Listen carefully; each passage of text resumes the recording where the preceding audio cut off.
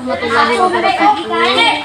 Saya Nurhisa dari Program Studi Pendidikan Guru Sekolah Dasar Universitas Terbuka NIM 8603966992.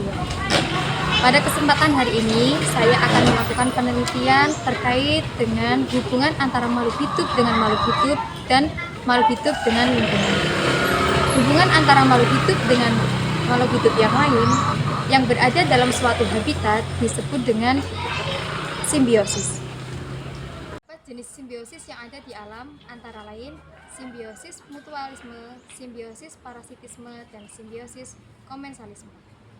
Mari kita amati bersama-sama. Simbiosis parasitisme adalah suatu hubungan di antara dua makhluk hidup di mana satu makhluk hidup mendapatkan keuntungan sedangkan yang lainnya dirugikan. Pengamatan yang pertama yaitu pohon mangga dengan tanaman parasit. Mangga dirugikan karena dan nutrisi diserap oleh tanaman parasit.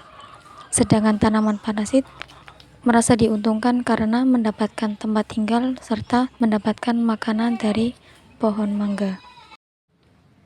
Pengamatan yang kedua yaitu hubungan antara nyamuk dengan manusia.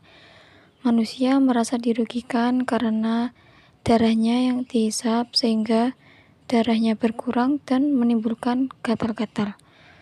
Sedangkan nyamuk merasa diuntungkan karena mendapatkan makanan berupa darah dari manusia. Hubungan yang ketiga yaitu hubungan antara ulat dengan daun. Daun merasa dirugikan karena daun yang dimakan ulat akan terganggu dalam pembuatan makanan atau proses fotosintesis. Sedangkan ulat merasa diuntungkan karena mendapatkan makanan dari daun. Pengamatan berikutnya yaitu simbiosis komensalisme.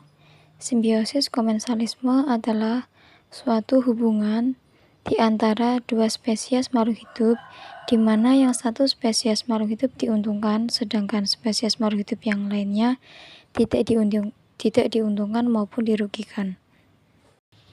Hasil pengamatan simbiosis komensalisme yaitu hubungan antara pohon paku dengan pohon kelapa. Tumbuhan paku merasa diuntungkan karena mendapatkan tempat tinggal dengan menopang di batang pohon kelapa. Sedangkan pohon kelapa tidak merasa diuntungkan maupun dirugikan karena pohon paku masih bisa membuat makanan sendiri sehingga tidak menyerap makanan yang ada pada pohon kelapa. Hubungan yang ketiga yaitu simbiosis mutualisme. Simbiosis mutualisme adalah hubungan di antara dua spesies makhluk hidup di mana kedua spesies makhluk hidup saling mendapatkan keuntungan. Hasil pengamatan simbiosis mutualisme yaitu hubungan kupu-kupu dengan bunga. Pihak satu yang diuntungkan yaitu kupu-kupu. Kupu-kupu merasa diuntungkan karena mendapatkan makanan berupa nektar dari bunga yang dihinggapi. Kemudian pihak kedua yang diuntungkan yaitu bunga. Bunga merasa diuntungkan karena dibantu oleh kupu-kupu dalam proses penyerbukan. Berdasarkan hasil dari pengamatan yang telah saya lakukan, di lingkungan sekitar banyak sekali hubungan yang terjadi pada makhluk hidup, mulai dari yang menguntungkan sampai yang merugikan.